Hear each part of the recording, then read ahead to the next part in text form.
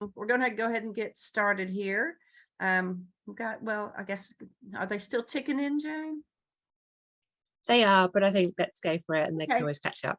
Excellent. you. So we'd like to welcome Dr. Ishani Rao. She is a GP trainee and emergency doctor at MTW, and I want to let her take over from here. Welcome. Thank you. Thank you so much for having me. Right. I do have to just say I've completely lost my voice, but I really didn't want to cancel this evening because I know everybody's so busy and it's so kind of everybody to join. So do excuse me. I was just making a joke to say everybody told me to have honey and lemon, but that's not why we're here today. We're here for veganism. So I've got my cup of tea, and thank you everybody for joining to come and talk about veganism and plant-based lifestyles. So my name is Dr. Ishani Rao, and I'm a GP trainee in my ST3 year, working at Maidstone and Tunbridge Wells, and I also work in emergency medicine, which I absolutely love. I'm doing my master's currently in global health policy at the London School of Hygiene, because I'm really interested in environmental medicine and global health as well. So this is me doing a talk a couple of years ago at Vegan Camp Out, where we had a panel of healthcare professionals, and they were nutritionists, mental health doctors, therapists, and they're all really interested in moving towards vegan medicine. Everybody's got their own stories and their own journeys, and I think it's brilliant to see so many people here today that are interested in learning more about a plant-based lifestyle, because I really truly believe in it, and I believe that it can be very healthy for individuals. We should be advocating it for our patients, and we should also be advocating it for the health of the environment as well. So these are some organizations that I'm really proud to work with. So I am a member of Plant-Based Health Professionals, which are an amazing organization of healthcare professionals, but also members of the public can join as well. They've got loads of data sheets, they've got loads of menus, they've got loads of fun 21-day challenges and meal plans. So definitely check them out. I'm also a keen member of Doctors for Extinction Rebellion. I know that a lot of Extinction Rebellion activism at the moment is getting bad press because they're very extreme, but Doctors for Extinction Rebellion recognise that 5% of the UK's carbon emissions actually come from the NHS.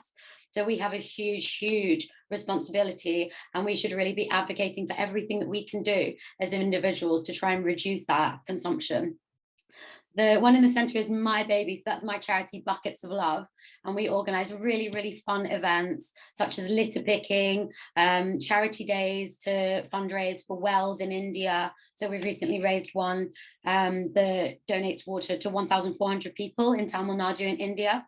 And we have a screening of a vegan film by the brilliant comedian Simon Amstel coming up in February. So I'll let you know the details. And if anybody wants to join that, that's 100% for charity as well. And that's coming up in February. I'm also keen to work with Ecomedics, and we do a lot of quality improvement projects together to advocate for sustainability in NHS workplaces. And I'll give you their details and some information about their products later on as well. And I'm a keen supporter and a speaker of Worldly Wise, which is an organization and a bank of amazing experts that talk about a variety of topics. And they go into schools and workplaces and can organize workshops. So if you need any speakers for anything, then they're absolutely brilliant. So definitely look them up. So I think definitions are really important here, because they can be really political and divisive. And lots of people think that the term veganism means that we want to be taking away things from people, when actually we don't. We want to be giving people all of these yummy recipes, and we want to be improving people's health, and we want to be improving the health of our patients. So I think it's really important to define exactly what we're talking about here. So when I'm talking about veganism, I can use that interchangeably with plant-based.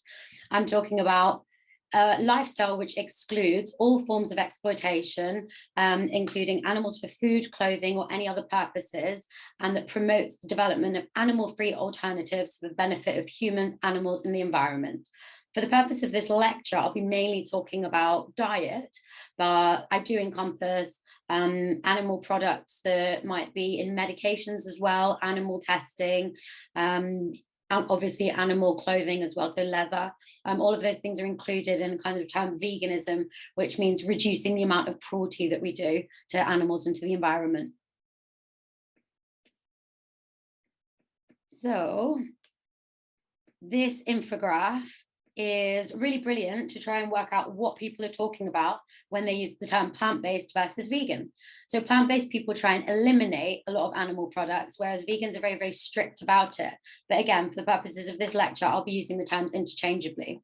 Lots of people say, oh, well, you're vegan, you should be really healthy. Why are you advocating all of this junk food? Why are you telling people to go to Ben and Jerry's and try the vegan thing? Why are you telling people to go to Pizza Hut and try the new vegan thing? Shouldn't you be being really healthy?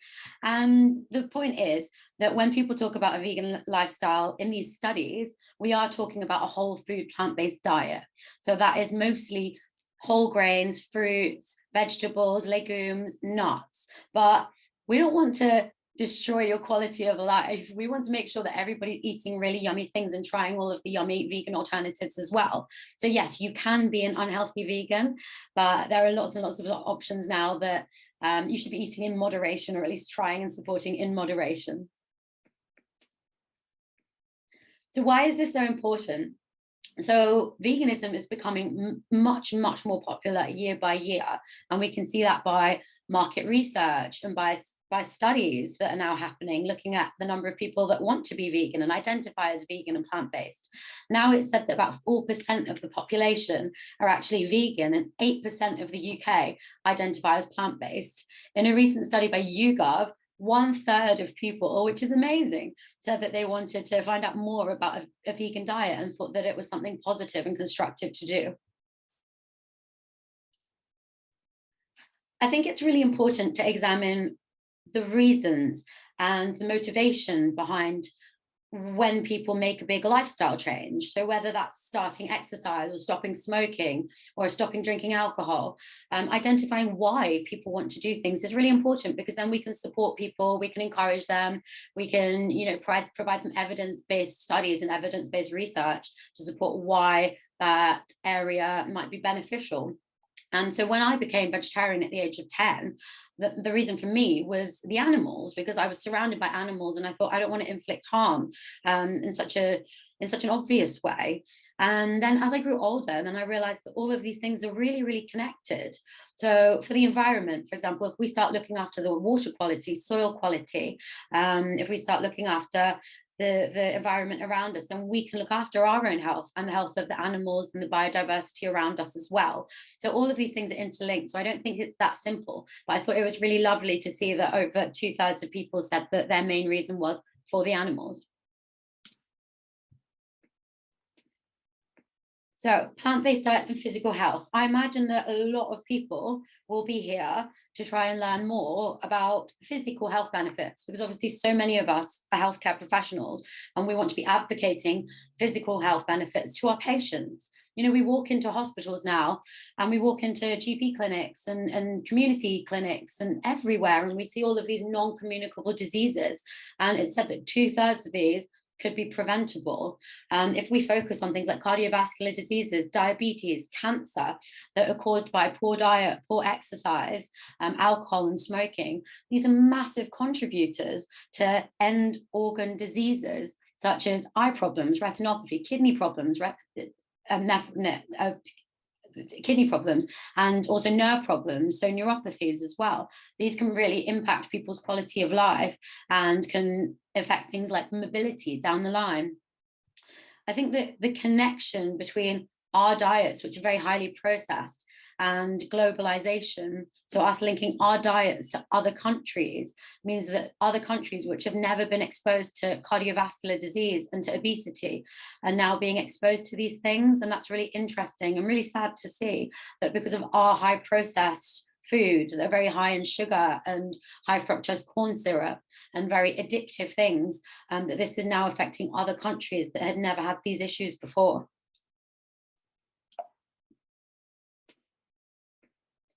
So this is something that's really, really special to me, because Dr. Shireen Kassam founded Plant-Based Health Professionals, which is the fantastic organization that I told you about previously. And she spoke to the Metro, which is, I know they're not the most scientific of things, but I think it's really important to engage the general public as well as just looking at studies. And she's spoken to the Metro and suggested that the NHS could save billions if the UK went vegan.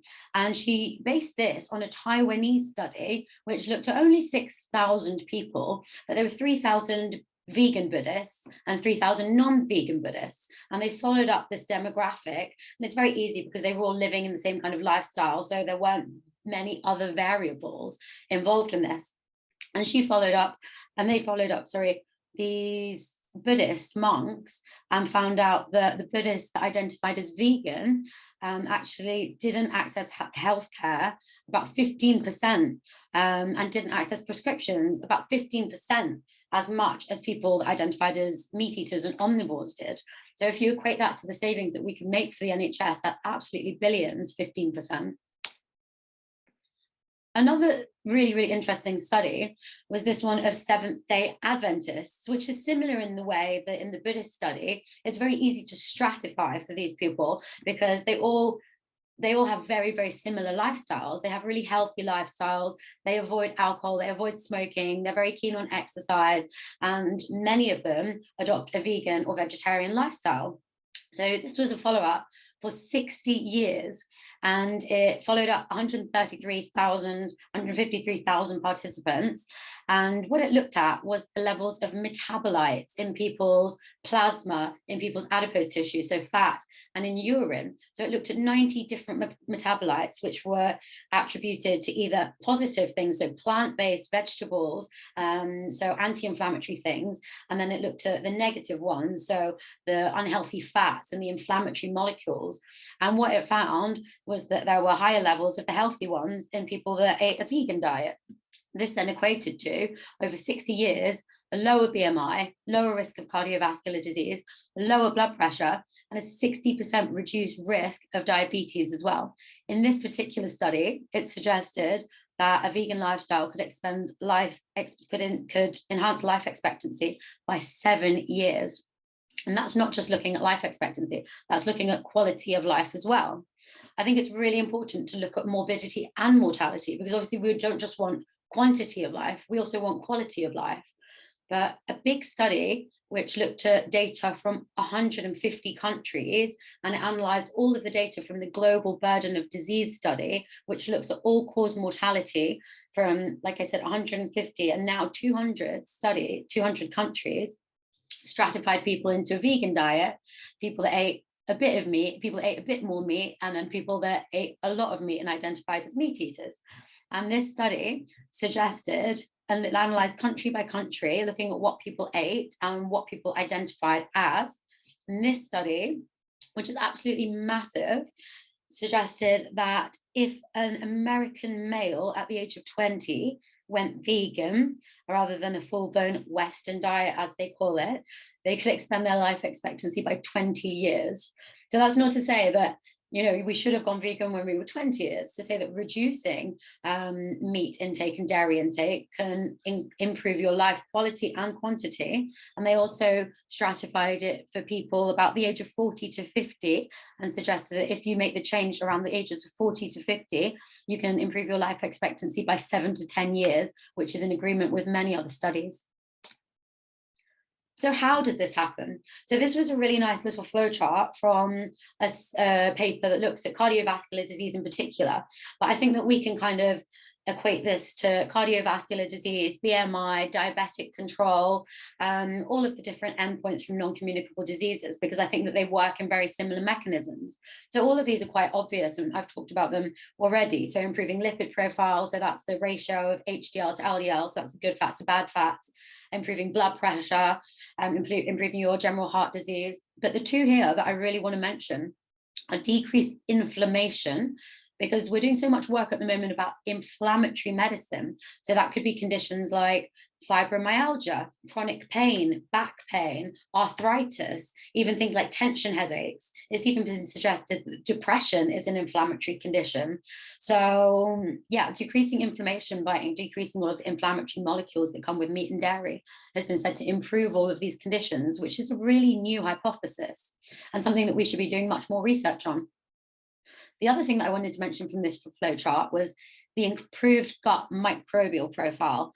And that's another new area which is just blowing up at the moment, and that is the gut microbiome. Now, the gut microbiome is absolutely massive. We have really biodiverse gut microbiomes, which protect us from a lot of inflammatory conditions such as irritable bowel disease, constipation, irritable bowel syndrome, all of these things which happen in our gut. And there's a really, really cool doctor. He's a gastroenterologist in the States called Dr. Will Bulsiewicz. If you just type in Dr. B and microbiome, then you'll find loads of his podcasts and loads of his research. He's also an epidemiologist, so he looks at public health studies. And he suggests that the effects of our gut microbiome can have so much effect on how we're feeling, on the diseases that we develop. And they've done huge projects in mice where they transplant mice that don't have any, so they're germ-free mice that don't have an immune system, and they've transplanted feces from people with a really varied microbiome and people with a really poor microbiome. And they've shown that the mice that get the fecal transplants from the people with the really varied microbiome, so a lot of fruit and vegetables, a lot of nuts, they actually have better behavior and less depressive tendencies than those that got the transplants from people with not a varied microbiome. So I really love to look at studies from the UN, the WHO, because they use really high quality data from scientists across the world, and then they put that all together and they make these really, really fun infographics and these fact sheets, which have a lot of information, but it's put really simply and it's really well condensed. So this fact sheet, the point that I'm highlighting here, it says the evidence on the long-term health impacts of vegetarian and vegan diets remains incomplete. So this whole fact sheet suggests that it's really positive and that we're moving in the right direction and that there's a lot of benefits, but it's still suggesting that the evidence is incomplete and there's not enough science. And there's not enough science. There's really not. It's really difficult to try and find these studies, and they're all very new, which is exciting, but it means that there's not a lot of evidence base behind this. And that's because there's been a lot of investment from the dairy industry and from the animal agriculture industry to produce studies to say that a vegan diet is not healthy and a vegan diet is bad for your mood and a vegan diet causes depression. And a lot of these are actually sponsored by the dairy industry. And that's all coming to light now. So a lot of work needs to be done as veganism becomes more of a market and becomes more of a business, and as there's more money to do these studies and there's more interest to do these studies. So one thing that I find very, very shocking is that we are still selling and providing class 1 carcinogens in schools and workplaces, in hospitals. So the WHO classifies sausages, bacon, salami as a class 1 carcinogen, which is the same as asbestos and cigarettes.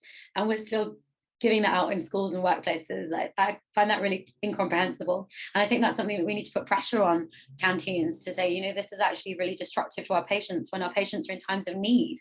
Our patients need, nutrients, our patients needing to be healed, our patients are needing to heal right now. We should be giving them a balanced, varied, colorful diet rather than class 1 carcinogens.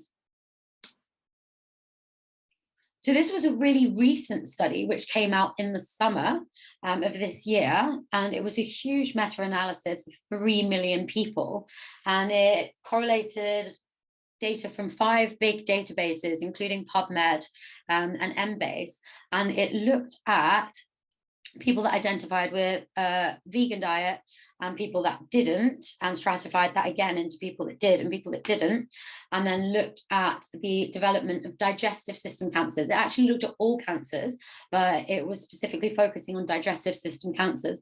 That was oropharyngeal, that was stomach cancer, pancreatic, liver, and gastrointestinal, so colorectal. And what it found was people that ate a completely vegan diet could reduce their risk of gastrointestinal cancers by about 20%. And we know the correlation between processed meat and cooked meat and colorectal cancers. But this study actually analysed and said that all cancers of the GI system, of the gastrointestinal system, were equally as affected. It didn't find, interestingly, any differences between any other cancers, but some studies have done. So something that we should be really advocating for as healthcare professionals is antibiotic stewardship.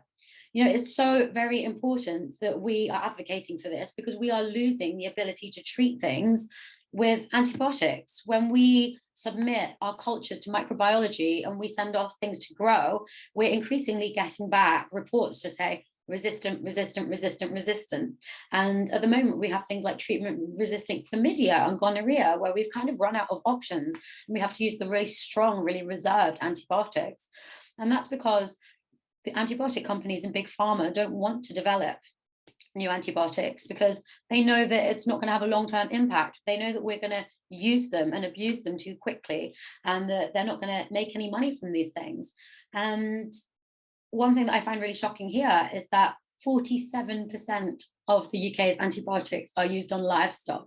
That's the last figure a couple of years ago was 47%, and they are making a big push to try and reduce that. But in the States, that is still as high as 60% of antibiotics are used on livestock. Now, that is because they need to pump up their livestock so that they don't develop diseases, so that they can be sold for quality assurance and things like that. And if we reduce our consumption of these things and we put pressure on industries to say, actually, this is not what we want, this is supply and demand, then that's a really good way of targeting that overuse of antibiotics. So something I feel really passionate about as a conservation scuba diver and somebody that's been diving, thanks to my family, from the age of 13 until the age of 30. And I've seen the depletion of the coral reefs, and I work on artificial coral reefs, and we have to try and unpick all of the plastic, and there's so much fishing gear that's been discarded, and there's just so much plastic at the bottom, and it's related to fishing ships as well. So it's suggested that 50% of the ocean's plastic is due to commercial fishing. So we make a big fuss about plastic straws and things like that, but it's actually 50% is due to huge trawlers. We think about sustainable fishing, we think about all these small boats going out, but actually these trawlers are kilometers long in the middle of the ocean that are providing our supermarkets with fish. They then catch things like huge sharks, marine life, whales, which then become part of the food chain as fish try and eat them. And then this plastic builds up in the ecosystem. And then we've got a problem of macroplastic and the problem of microplastic as well. It's currently said that 50% of the catch in bottom trawlers, horrifically and ironically, is plastic. And what happens when this microplastic builds up in the ecosystem?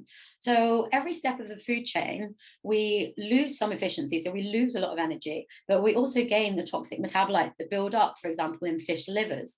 And it's been suggested that microplastics can cause oxidative stress, tissue damage, behavioral changes. Fish are swimming, fish don't know how to navigate anymore, and that's because of temperature changes, but also because of plastic. It causes inflammation, which then can lead to tumor production as well. And I don't really understand why it would be any different in humans if we continue to do this on a bigger scale. It's been suggested that microplastics have been found in fetuses for the first time ever. So that was last year. So this is one way of just reducing the amount of plastics that we consume. They're also produced in plant production as well, and that's through the current state of agriculture. But this is a major player in the microplastics game. So another thing that bioaccumulates in the sea chain is toxic metals such as mercury, arsenic, lead. And what these metals can do is also build up in our livers and be very neurotoxic and also predisposed to liver toxicity. And these things can come from industrial activities, from farming as well, from mining. But again, the fish just consume the toxic metals, and then we start to consume these. And I think that there is a reason that we say to pregnant women and to children, limit your seafood intake. And I don't really see why it should be any different when we're talking to adults as well. So I think that's one thing that we should be limiting because of the microplastics and the heavy metals. So this is my favorite mask, which I bought from a website called Anti-Carnist, if anybody's interested. I don't normally buy new things, but they do donate to animal rights charities. And it's an absolutely brilliant mask. I got lots of stares, evil looks on the tubes for it, which made me chuckle. And so it is inevitable that we have future pandemics with the way that we treat animals and with the way that we treat factory farming. So I think that Asia and China had a lot of stigma, actually. And people were quite racist to them, saying that this was a wet food problem, and this was because we were eating, endangered wildlife, and we were eating critical species. But actually, there are also wet markets in places like San Francisco, California, Thailand. That is a big issue because these animals are in demand. But the way that we treat animals in wet markets is not so different to the way that we treat animals in factory farms now. So they're all crammed up together. They don't have much space. Once one gets a disease, it's inevitable that the others get a disease. I don't know if you've walked through places like Spain or when I've been to India, and I've done my elective in places like Sri Lanka, and all of the cages are out on the street because they don't have space to hide them. But all of the chickens and all of the rabbits and everything's crammed on top of each other, and they're eating things that they shouldn't be, and they're really, really limited space because obviously this is about profit. And so yeah, it's inevitable that these things will spread diseases. Lots of my friends do go into slaughterhouses and try and get footage, and it's impossible because they don't want you to see what's going on in slaughterhouses. Like, the conditions are not appropriate for animals, and so it is inevitable that we have further pandemics, and we know the burden of the last pandemic. Like, this is something that we should be avoiding. So one of the burdens of the last pandemic was mental health burden, and it was absolutely massive. We've all been affected emotionally, socially, occupationally, by family being ill. We've all been affected by the pandemic, but people were suffering before that in terms of mental health. It was suggested that 1 in 5 adults had a mental health condition diagnosed before the pandemic. But now I think that number during the pandemic came up to 1 in 4. And now I think that when I experience it in general practice, now when I'm seeing, say, 20 patients a day, most of these patients either have non-communicable diseases, so the preventable ones that we've been talking about, or they're coming in with mental health problems and mental health stresses. And there's a huge relationship between mental health and food, because I think when people don't feel well, you don't really want to eat well. You want to go into comfort foods and processed foods and sugary foods. It's a comfort instinct. And so then that's a really vicious cycle, because then you start to feel even more unwell, and you start to feel less mobile, and you start to feel less energetic. And then that's a really vicious cycle, and people feel guilty and continue to comfort eat. And it's really crazy that we have 1 in 3 people in the UK, or 1 in 3 people now in Western societies, who are obese. But then we've also got on the other side an unhealthy relationship food and anorexia and bulimia.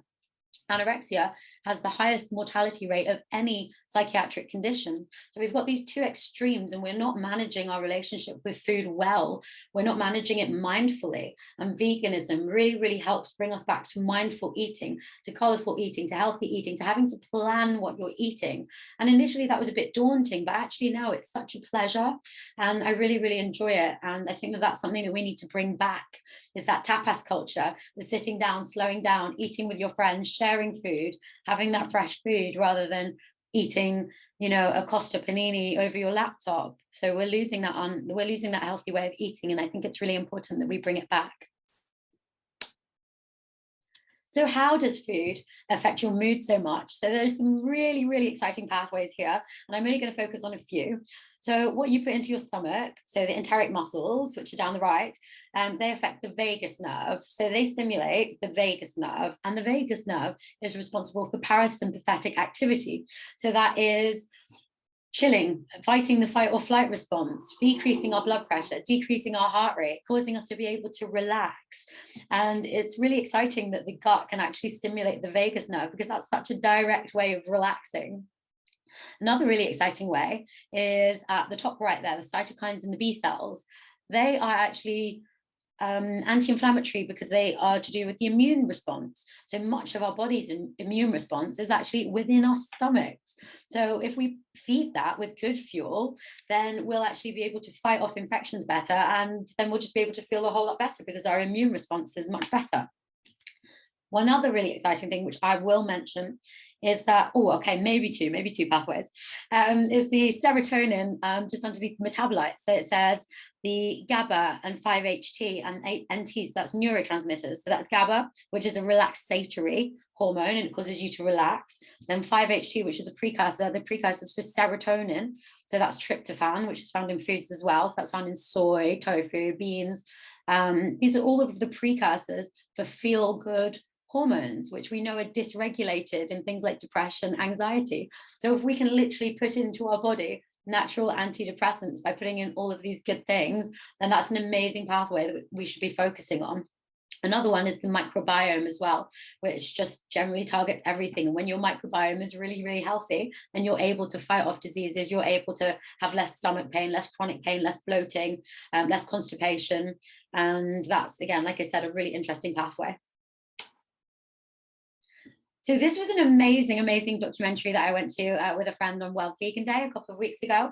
And I would really recommend looking it up because it's short and fun and catchy and colorful and positive.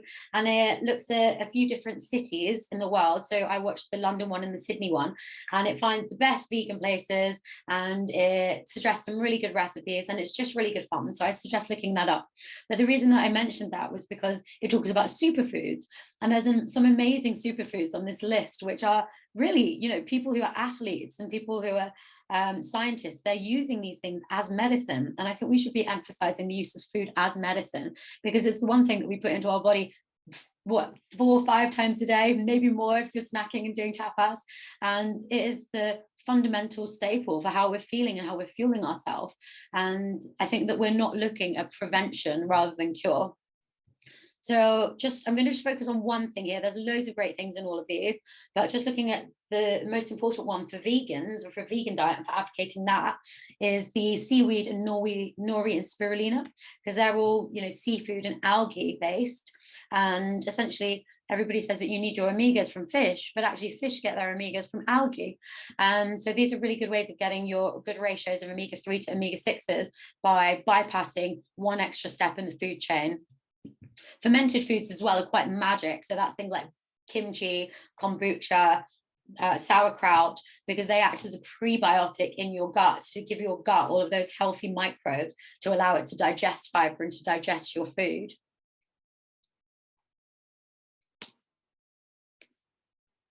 I'm just going to throw this in quickly, and if anybody wants to ask me about this, then please do, because I'm not going to go into it. But I think that we should be using herbs a lot more, because lots of people do have anxiety and do have insomnia. It's such a common presentation, and it's so difficult to manage, because you don't want to be saying to everybody, I'm just going to throw benzos and antidepressants at you. You know, we want to manage all of the social issues going on. We want to try all of the basic things first. So there's lots of herbs here, which I do advocate using, but do just check with a healthcare professional first, because some of them are so strong that they do interact with things like the birth control pill and anticoagulants, so things for bleeding disorders. So let's talk about the environment. There's some shocking facts on here, which I just think are absolutely fascinating, because the livestock industry and animal agriculture, the way that we are using it at the moment, actually produces more carbon emissions than the entirety of the transport sector. So that's including long haul flights and planes and cars and everything. So that's the livestock industry. So that's a really basic thing, because it's so unnecessary if we reduce that. Another thing is that the livestock industry accounts for 70% of our water consumption, because it takes so much water to grow the grain that we're feeding them, as well as for feeding to them. And this means that lots of the Amazon, lots of the rainforests have been deforested, because 80% of our soy is actually used to feed to livestock rather than feeding to people. So we do have enough energy, we do have enough calories in the world. There shouldn't be this mismatch of obesity to people starving, because we do have enough calories. It's just adding an extra very inefficient step to the food chain.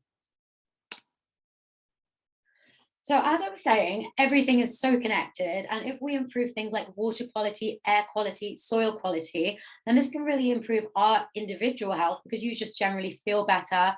But it can also improve the health of other people, which then, you know, affects how we're feeling, because we see all of these things on the news and you really feel for people. For example, if you look at what's happened at Pakistan this year, Pakistan is responsible for 0.4% of global emissions in the world. So it's actually the people that are poorest in the world who are hit the hardest by Western actions, by our actions. So I think if we take responsibility and take accountability for the things that we can do, then that's a really good way of being proactive to advocate for these people that might not be able to advocate for themselves. So I was sitting at home, and this was just in my kitchen in Spain, where I grew up, and I was prepping for a talk at Vegan Camp Out, which was about eco-anxiety and about veganism. And there was some smoke, and it wasn't something new to me because we've seen the mountain go up in flames before. It's so dry there, there's always droughts. And so it wasn't something new, and it's something that I've grown up seeing. And I think that's why I have such an interest in global and planetary health, because I've seen the destruction of biodiversity, and I've seen the smoke impact and the carbon impact from one fire. And then seeing, you know, how much that affected people over the summer was really moving, because we've got this, which was a photo taken from my window before we evacuated. And then we've got the opposite side. So we've got droughts as well. So I work in the refugee camp, and we've got droughts and floods as well. So I work in the refugee camp, and when we go there and volunteer there, there's so many people that have been displaced by climate emergencies. There's people that have been displaced by all sorts, but climate emergencies are such a big one now. And it can be really devastating to people's mental health. And I think that that's something that we should be taking accountability for, because it was really distressing to have to evacuate after one fire.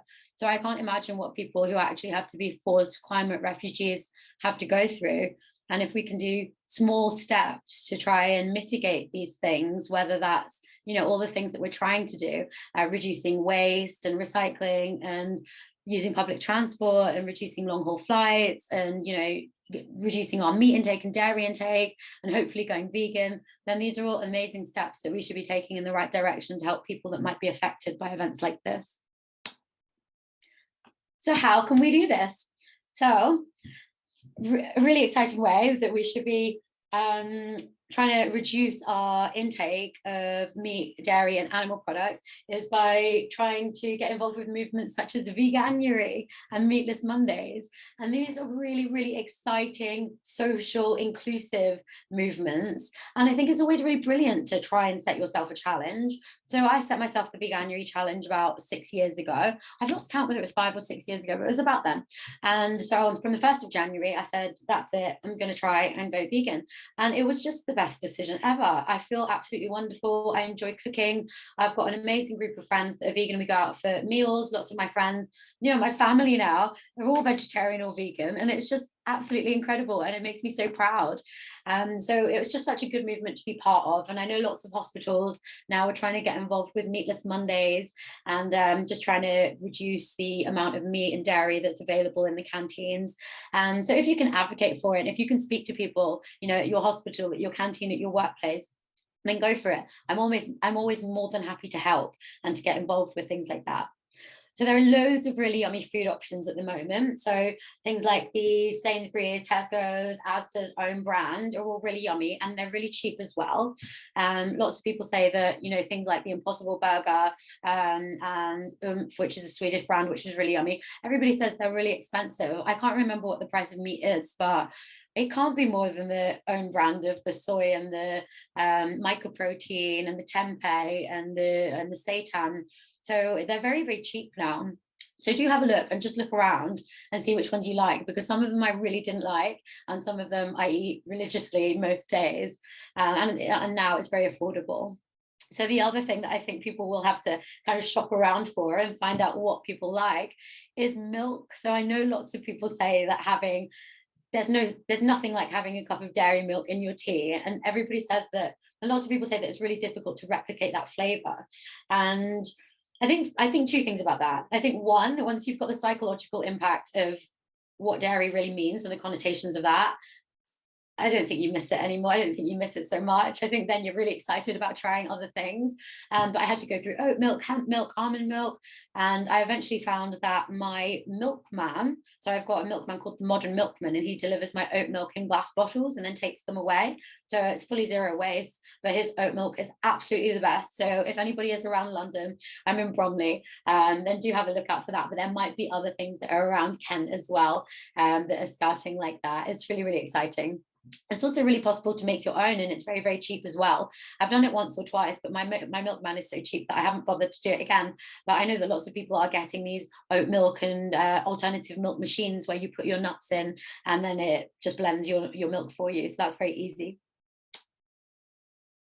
So I've always wanted to say this to a group of educated professionals. I've just always wanted to say dairy is scary. And that's because it is. And there are so many alternatives now, like we were just talking about.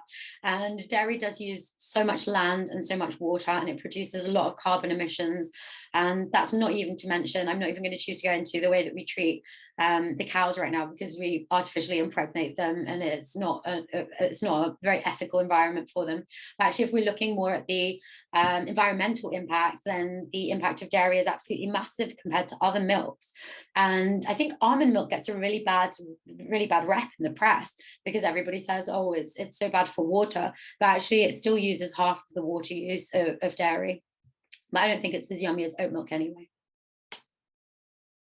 So I'm not going to try and sugarcoat everything and tell everybody that this is the easiest thing. There's no evidence to suggest that there's anything negative here, because that's not true. This is science, and we're scientists, and I would like to provide you with evidence-based medicine. So a large Oxford study of 55,000 people suggested that vegans do have over double increased risk of hip fractures. So this is true, and other studies have supported this, and predominantly hip fractures rather than other long bone fractures, but the increased risk of other long bone fractures is there as well. But the more research I'm doing, and the more I'm kind of like digging into this, and I'm looking at the kind of justifications for this, is that 1, vegans live longer. 2, vegans are more active. People who adopt a vegan lifestyle might be more healthy and more active. And 3, people who identify as vegan have a lower BMI. So if you have a lower BMI, then actually you've got less padding if you do fall over, if you're going out and being more active. So there's some of the convoluting factors here, and it's really difficult to try and stratify, why that's happening. But I do believe it's because of those three factors.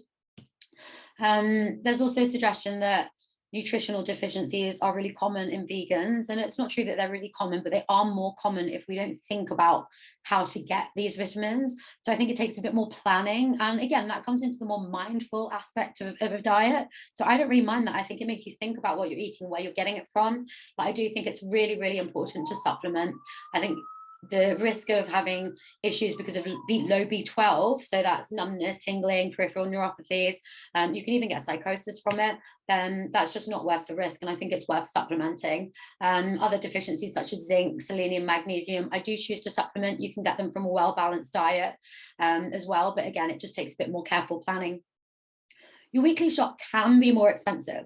So last week I got the vegan Ben and Jerry's, I got Greg's sausage rolls, I got loads of just really, extravagant vegan food, and it was more expensive. But I don't do that every week, and actually it can be much cheaper once you've got your staples in. So once you've got your grains, your lentils, I go to the zero waste shop and I just fill up my jars, and then I just have to go to the shop to get fruit and vegetables and snacks, really. So it's not very expensive, and it can be much cheaper from my experience. I'm doing a lot less snacking on things like cake and biscuits. So not only do I feel better, but my wallet thanks me too.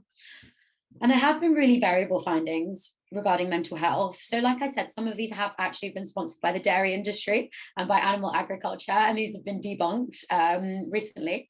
However, I think that there are increased rates of anxiety, depression in a lot of people that identify as vegans.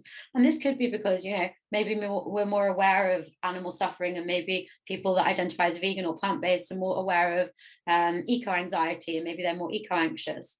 But it can also be really difficult to identify as a different group, whatever kind of diet or whatever kind of lifestyle you're trying to adopt. It's really difficult to try to break away from the mainstream and to say, well, actually, I'm going to step back and do my own thing. And I found that to be very, very difficult 20 years ago when I went vegetarian.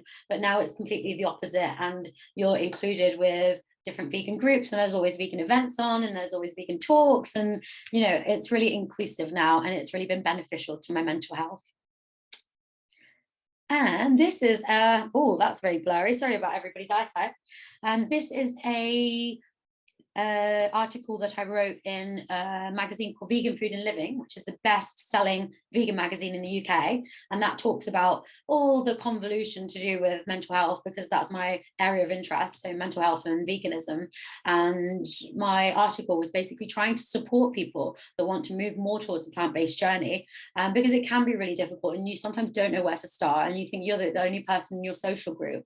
But to get that snowball effect going and to find, you know, people that are interested in the same thing, like all of us now, which is absolutely amazing, then that's really, really empowering. And I find that to be really uplifting and motivating. So this was a really big study which looked at data from 150 countries. It was funded by the Global Panel of Agriculture, and they suggested that you can reduce your expenditure on food by 1/3 for specifically for low to middle income countries. And that's probably because they don't have the access to the vegan sausage rolls and the Ben and Jerry's. But actually, it's also the same for high income countries, that you can significantly reduce your expenditure if you eat a whole food plant-based diet. So the be all and end all, and the main question here is, can we do this in a healthy way? And I think, yes, lots of organizations are suggesting that, yes, we can now. This really, really made me happy yesterday, because this was the British Dietetic Association. So our BDA, our dietary organization for the UK, supporting NICE and the NHS, and also supporting the American Dietary Association and the Australian one. They've all suggested that a well-planned vegan diet can support healthy living in people of all ages. Now this, I knew this, because obviously a vegan diet can support people healthily, but it was the all ages that really shocked me, because there's been so much controversy about whether children should be on a vegan diet. But, you know, we've all got friends who've grown up vegan, and we all know of people, and we've all seen athletes that have grown up vegan. But it's absolutely amazing that our own associations are also supporting this. So just some useful resources for some bedtime reading and watching. So here are some really, really great organizations. They're plant-based health professionals, good for infographics and fact sheets and menus and food challenges. The one that surprised me here was the Physicians Committee for Responsible Medicine, because they're American and that's full of American doctors. And that really surprised me until I realized that they've probably seen the other side of it. So they've seen all of the young people with fatty liver diseases, and they've seen all of the people that can't mobilize because their BMI is 50. So yeah. They're an amazing organization as well, and they do really, really brilliant talks on YouTube. Some films which I have really, really enjoyed and I would really advocate and recommend. Seaspiracy, because that's really close to my own heart, and that talks a lot about the plastic problem and about the bottom trawling problem. What the Health is a little bit pseudoscience-y at the end, but the gist of it is really, really brilliant, and it talks about holistic medicine. Dominion, that's converted a lot of people, and I think once you see it, you can't unsee it. And The End of Medicine, which is coming out soon, is a film by Joaquin Phoenix and Rooney Mara, and it will be about factory farming and the state of agriculture at the moment, and I'm really excited for that to come out. Here are some books as well. The one on the right is by Dr. Kassam, and that's Eating Plant-Based, and that's directed at healthcare professionals, because our patients are always going to have questions. You know, they're always going to have nutritional questions, and I'm not a nutritionist. I would never claim to be. So I need to speak to people that know what they're talking about, and I need to get all of this science from evidence-based studies. So the more we read and the more we know, I think the better equipped we will be to spread this message in a healthy way. This is the Quality Improvement Bank that EcoMedics have produced, and the top one on the right was my Quality Improvement Project, which was the first one to be implemented, and we can implement it across the UK in various hospitals. All of the other projects are absolutely brilliant as well, but this is the pressure that I put on Maidstone and Tunbridge Wells to try and implement more vegan food in their canteen, because there wasn't any for patients and there wasn't any for staff. And it was really difficult during the pandemic when you're working, 12-hour shifts and doing night shifts and there's no vegan food. And I found it to be quite upsetting. So I had pushed them for about 1.5 years, and we finally got some really, really yummy meals. And here are some ideas for meals for you. So it was a veggie bake with loads of vegetables and vegan cheese, some lightly fried vegan tempura, which they had with a sweet and sour dip, and just a vegetable stir fry here. There's also a tomato bake, and here was a chili, and they were all absolutely delicious. And I'm really grateful to Maidstone and Tunbridge Wells, but we should all be putting pressure on our organizations to be serving more things like this. So I love this, and I think it's a really lovely and motivating quote, and I think it's really true. You know, when I went vegetarian, I would eat meat on the weekends when I was 9, and then I slowly I phased it out. But you know, we do what we can. We're doing what we can. It's amazing to see people here today that are interested in learning about these things.